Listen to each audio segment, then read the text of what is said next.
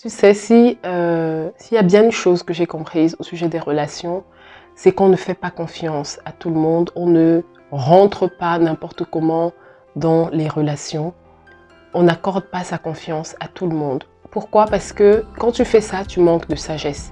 Parce que quand tu ne prends pas le temps d'analyser les personnes, quand tu ne prends pas le temps d'observer des personnes, tu prends le risque d'être très souvent blessé. Ton âme peut devenir comme un punching ball et malheureusement, on peut très vite souvent accorder notre confiance à une personne parce que la personne nous paraît vraiment très sympathique, elle nous envoie tous les signaux tous les signaux qu'on peut vraiment lui faire confiance.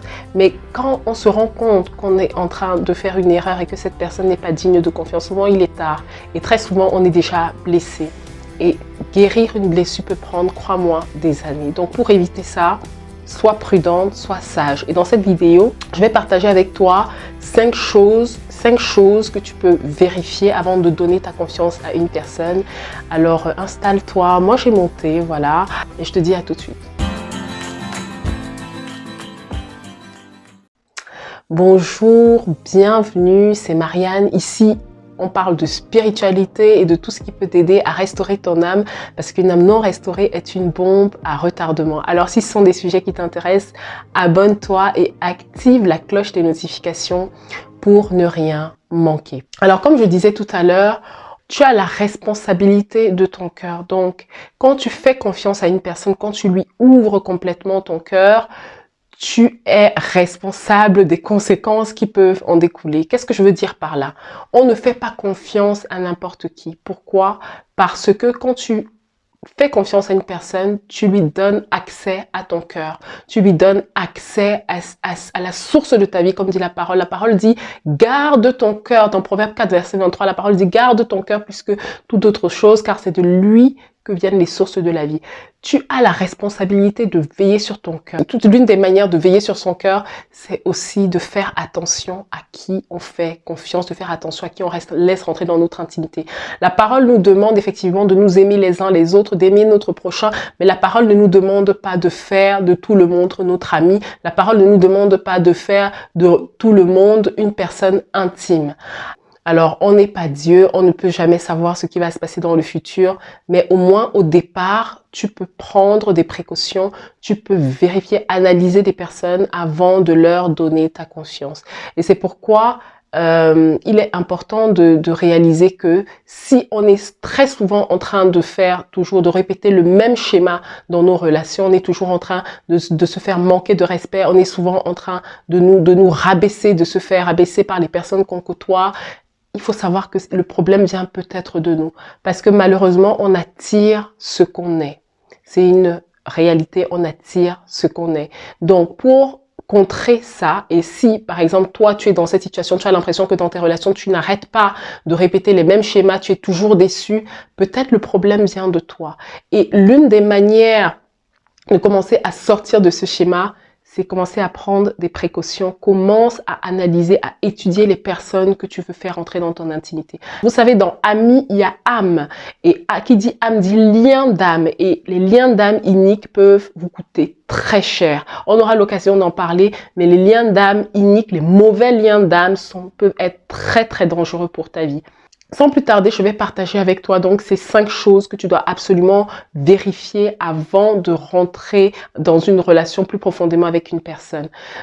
Alors donc, la première chose que tu dois absolument vérifier, c'est la fiabilité. Donc, est-ce que cette personne a l'habitude de venir te raconter la vie des personnes qui sont autour d'elle, de ses proches, sans que tu lui poses la question, sans que tu demandes quoi que ce soit? Est-ce qu'elle a l'habitude de venir calomnier sur les autres? Il faut savoir que si elle le fait pour les autres, elle le fera pour toi. Si tu lui confies des secrets, elle fera la même chose sur ton compte. Elle fera pareil.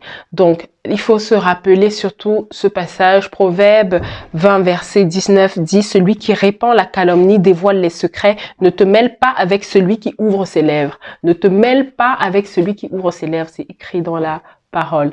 Donc, fais attention à ça. La fiabilité est vraiment quelque chose de très important, et si tu ne vérifies pas ce point, tu peux très vite te retrouver en train d'être blessé parce que tes histoires se retrouveront dehors. Vous savez, moi, dans mes jeunes années, je faisais confiance à une personne que j'estimais beaucoup, en fait, je la considérais vraiment comme quelqu'un de proche.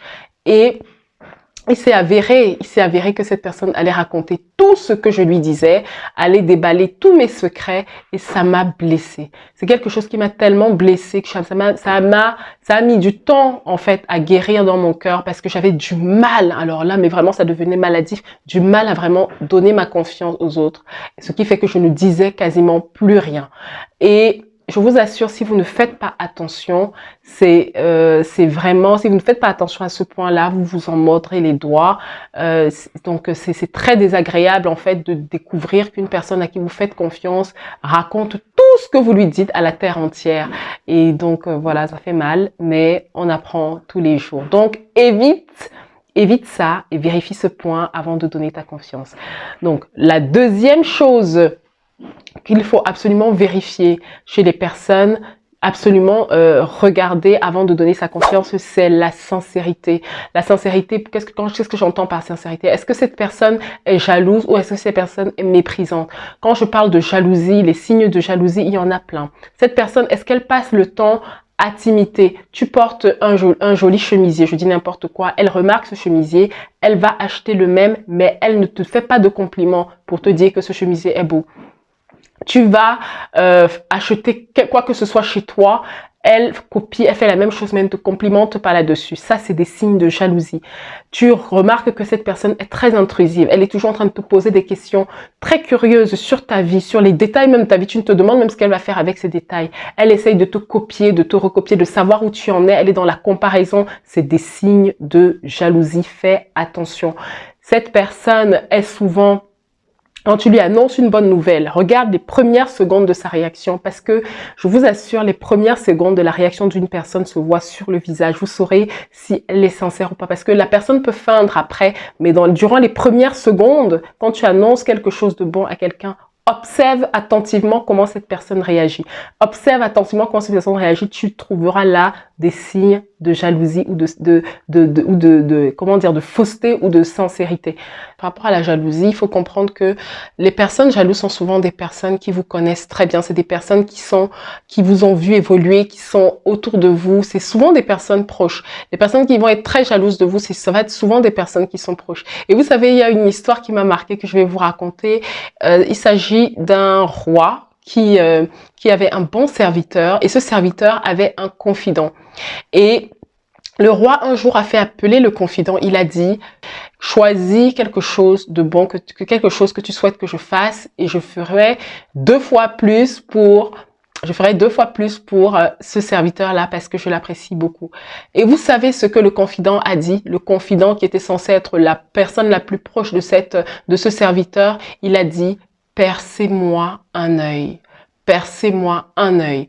Donc, quand les personnes qui sont jalouses vont être des personnes qui sont proches de vous, qui connaissent vos secrets, qui connaissent les détails de vos vies. Il faut faire attention. Le cœur de l'être humain est tortueux. J'aime souvent le dire ici. Le cœur de l'être humain est très, très complexe. L'âme de l'être humain est très complexe. Donc, pour ça, il faut faire attention à qui on fait confiance. Dès les premiers signaux de jalousie, commencez à vous protéger. Prenez de la distance. Je ne suis pas forcément en train de dire de couper les liens, couper les relations, mais commencez à faire attention, à prendre de la distance. Ensuite, par rapport au mépris, moi, honnêtement, si je vois une personne qui est souvent en train de mépriser les autres, certaines personnes qui sont défavorisées, qui sont en dessous dans un statut inférieur à elle, j'ai du mal à lui faire confiance. Pourquoi? Parce que ça veut dire que si du jour au lendemain, je dis n'importe quoi, je perds mon travail ou je me retrouve dans une situation peut-être moins gratifiante qu'aujourd'hui, elle me tournera peut-être le dos. Ça, c'est un point aussi sur lequel il faut faire attention. Cette personne est-elle méprisante avec les autres? Cette personne traite-t-elle tout le monde de la même manière ou fait-elle de la discrimination par rapport au statut social des uns et des autres? Quand une personne fait ça, faites attention. Ne lui donnez pas forcément votre confiance. Vous risquerez très probablement d'être déçu. Et qu'est-ce que la parole dit à ce sujet? Dans Proverbe 11, verset 12, on peut voir: celui qui méprise son prochain est dépourvu de sens, mais l'homme qui a de l'intelligence se tait. Observez cette personne. Est-ce qu'elle est méprisante avec certaines personnes? Si oui, fais attention. Donc, la troisième chose à laquelle il faut faire attention, c'est l'intégrité. La parole nous dit dans Jacques 5, verset 12, que votre oui soit oui, que votre non soit non. Vérifiez ce point. Est-ce que les personnes respectent leurs paroles? Est-ce que ces personnes-là que vous venez, que vous côtoyez et que vous vous posez la question, est-ce que je peux lui faire confiance? Est-ce qu'elles respectent leurs paroles? Si elles vous font une promesse, est-ce qu'elles respectent cette promesse? Est-ce qu'elles respectent leur promesse? C'est très important. Une personne qui ne respecte pas sa promesse, qui ne respecte jamais ses promesses, qui fait qui montre un très bon visage devant vous, mais qui pose toujours des actes contraires à ce qu'il dit, posez-vous les questions. Regardez aux actes. Les paroles sont bien, mais à un moment donné, regardez si cette personne respecte toujours sa parole. La quatrième chose que vous pouvez également vérifier, qui est très importante, c'est la manière de penser de cette personne. C'est le bon sens, la manière de réfléchir. Je fais par exemple référence à toutes ces personnes-là qui n'ont jamais tort. Vous savez, quand vous voyez ce genre de choses, faites attention. Tu peux pas être en face d'une personne, tu as l'impression qu'elle n'a jamais tort. Ce n'est pas possible, tous les êtres humains, personne n'est parfait. Mais une personne qui n'a jamais tort, vous êtes toujours en train de discuter parce que la personne ne sait jamais reconnaître ses torts, la personne ne sait même jamais s'excuser. Le truc est tellement évident, la personne ne sait jamais s'excuser. Fais attention à ça. Fais attention à ça, donne pas ta confiance à une personne qui est comme ça. Tu seras très souvent blessé, tu seras très souvent déçu. Fais attention à ça. Une personne qui manque parfois de bon sens, c'est très dangereux. Parce que tu peux être très étonné, très surprise parfois par ce que la personne peut faire. Donc, veille sur ça. Ne donne pas rapidement ta confiance à une personne qui ne reconnaît jamais ses torts. Une personne qui a une manière de réfléchir qui parfois tu trouves ça un peu bizarre, mais tu laisses. Vous savez, dans les relations, on a souvent des signes, il y a des alertes. Vous savez, avant d'être déçu, avant d'avoir une trahison, on a des alertes, on a souvent des alertes. Mais c'est nous qui ne faisons pas attention à ces alertes. Peut-être parce qu'on est souvent trop attaché, on est déjà trop lié. C'est pour ça que avant de t'attacher, parce que quand il y a déjà de l'attachement, c'est difficile de prendre ses distances. Mais avant de t'attacher, d'être trop lié comme ça à une personne, fais attention à ça, fais attention à ces signes-là. Et surtout, toi, tu es chrétien, tu es censé marcher avec le Saint-Esprit. Le Saint-Esprit, à l'intérieur, va toujours te montrer il va te donner des alertes, te montrer des trucs qui sont un peu bizarres. Relève ces choses. Il y a des personnes, je vous assure, qui ont perdu la vie bêtement parce qu'elles n'ont pas fait attention à ça. Elles se sont faites empoisonner. Vous savez, toutes ces histoires d'empoisonnement qu'on peut entendre. Vous entendez ça, que tel s'est fait, c'est toujours une personne proche, c'était sa meilleure amie, c'était son témoin, c'était ceci, il y a eu des signes. Moi, je reste persuadée qu'il y a eu des signes. Mais on ne fait pas attention parce que tellement on est attaché. Faisons attention à ça. Ça peut sauver une vie, ça peut sauver des vies. Faites attention. On ne donne pas sa confiance à n'importe qui. La cinquième chose qu'il faut vraiment vérifier, c'est comment cette personne gère les conflits. Comment cette personne gère les conflits? Est-ce que c'est une personne querelleuse?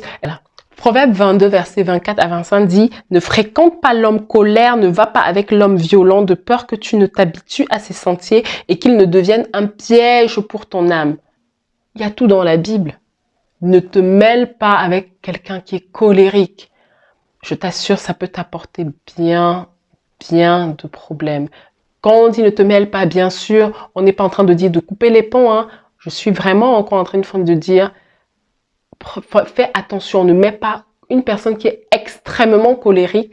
Quand tu vois, elle n'est pas encore dans ton cercle proche, fais attention. Garde-la à distance. Garde-la à distance. Vous savez, tous ces points-là que j'ai énumérés, c'est une question de sagesse.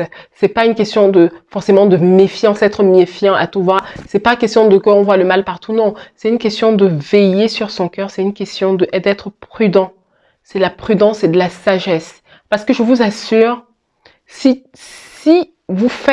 tu fais ça, régulièrement, si tu en prends une habitude, tu t'éviteras bien de problèmes au quotidien. Tu t'éviteras bien de problèmes dans des relations. Tu auras des relations paisibles. Alors, ça ne veut pas dire qu'aujourd'hui, si tu ne remarques rien, que dans 2 ans, ou dans 3 ans, ou dans 4 ans, il n'y ait pas des choses qui changent, que la personne change. Les personnes changent. Mais ce que je suis en train de dire, c'est que avant d'accorder ta confiance, ne rentre pas tout de suite comme ça dans des relations sans analyser. Prends même 1 an, 2 ans pour analyser. Les personnes, au début, on fait genre, vous savez, au début, on fait genre, on montre une facette qu'on n'est pas. Mais la personne ne peut pas faire ça indéfiniment. Donc, prends le temps qu'il faut. 1 an, 2 ans, vous voyez que la personne est constante, voilà, faites preuve de sagesse, marchez avec le Saint-Esprit, marchez avec le Seigneur, et je vous assure, il vous révélera des choses, il vous montrera certaines choses, vous arriverez à discerner le malin parfois dans vos relations, quand des choses qui ne sont pas nettes, vous arriverez à le voir et vous saurez faire preuve de sagesse à ce moment-là. C'est pourquoi il est très important d'avoir une relation avec Dieu. Quand on marche avec le Saint-Esprit, il y a des choses qui nous montrent, qui nous révèlent. Le Saint-Esprit nous révèle des choses cachées que les personnes ne peuvent même pas. Ces personnes pensent que vous ne savez pas, mais vous savez très bien parce que le Seigneur avec qui vous êtes, le Saint-Esprit avec qui vous marchez, vous révélera ces choses cachées. D'accord. Donc voilà, c'est vraiment important de savoir ça. Et pendant que vous êtes en train de guérir, pendant que le Seigneur va vous êtes sur ce chemin de guérison, mettez en place cette habitude de toujours vérifier, de toujours analyser les personnes que vous faites rentrer dans votre cercle proche. D'accord? Appuyez-vous sur le référentiel qu'est la Bible. J'aime beaucoup le livre de Proverbes parce que le livre de Proverbes vraiment nous donne beaucoup de conseils, énormément de conseils sur la vie quotidienne. Si toi, tu as toujours répété les mêmes schémas, peut-être que tu ne sais pas, oui, sur quoi t'appuyer. Peut-être tu te dis, oui, je ne sais pas comment changer ça. Appuie-toi sur la parole de Dieu. Appuie-toi sur le livre de Proverbes. Appuie-toi sur les expériences d'autres personnes même, c'est très important, le témoignage d'autres personnes pour ne pas refaire les mêmes erreurs. Parce que ce qui est souvent dommage, c'est qu'on entend que oui, il faut pas faire ça. Mais quand nous, à notre niveau, on doit mettre en application ces conseils qu'on a entendus, il n'y a plus personne ne le fait pas. Et après, on est malheureux, on ne comprend pas. Donc voilà, donc c'est ce que je voulais vraiment partager avec toi. Fais attention à qui tu exposes, à qui tu donnes la clé de ton cœur, entre guillemets, à qui tu ouvres ton cœur comme ça. Encore une fois, il y a tout ce qu'on appelle les liens d'âme iniques. Les mauvais liens d'âme peuvent vous coûter très cher, peuvent vous coûter très très très cher. Donc, faut faire attention. Donc voilà, c'est ce que je voulais partager avec toi aujourd'hui. Si c'est une vidéo qui t'a encouragé, n'oublie pas de partager et de liker. Je te dis à très bientôt pour une prochaine vidéo. Sois béni.